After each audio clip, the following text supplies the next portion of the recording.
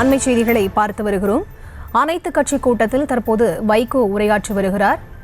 பாஜகவுக்கு எதிரான வலிமையான சக்தியாக நாம் ஒன்று சேர வேண்டும் எனவும் அவர் பேசியிருக்கிறார். இது தொடர்பான முழுமையான விவரங்களோடு இணைகிறார் செய்தியாளர் ராஜேஷ். அவரிடம் பேசலாம். வணக்கம் ராஜேஷ், விவரங்கள். அனைத்து கட்சி கூட்டம் தற்போது தொடங்கி நடைபெற்று வரக்கூடிய நிலையில் ஒரு நபருக்கு 2 முதல் 3 நிமிடங்கள் வழங்கப்படுகிறது. இதுவரை 13 பேர் பேசியிருக்கின்றார்கள். குறிப்பாக மதிமுகவினுடைய பொதுச் செயலாளர் வைகோ அவர்கள் ஒரு பெரிய ஒரு உரையே பேசியிருக்கின்றார். அவர் பேசும்போது மிக கடுமையான எதிர்ப்பை பதிவு செய்திருக்கின்றார். அதாவது பாஜக ஆளுகின்ற மாநிலங்கள் பெரும்பான்மையாக இருப்பதால் தொகுதி மறுசீரமைப்பை சர்வாதிகார மனப்பான்மையோடு செயல்படுத்த நினைக்கிறார்கள் என்ற ஒரு பெரிய குற்றச்சாட்டையும் அவர் முன்வைத்திருக்கிறார். பாஜகவிற்கு எதிராக எளிமையான சக்தியாக நாம் உருவாக வேண்டும் என்ற ஒரு தேவையையும் அவர் சுட்டி காண்பித்து பேசியிருக்கின்றார்.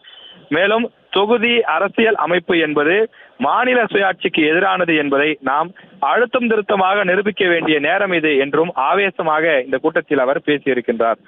ஒத்த கருத்துடையவர்களை ஒரு முகமாக சேர்த்து நாம் மாநில உரிமையை மீட்பதற்காக போராட வேண்டும் என்றும் அவர் குறிப்பிட்டிருக்கிறார்.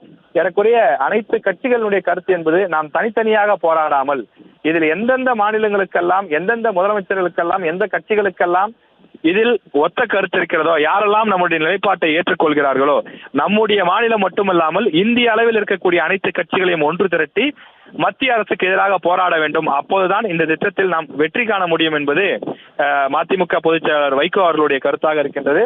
பலரும் தங்களுடைய கருத்துக்களையும் ஆலோசனைகளையும் முதலமைச்சரிடம் தெரிவித்து பேசி வருகிறார்கள்.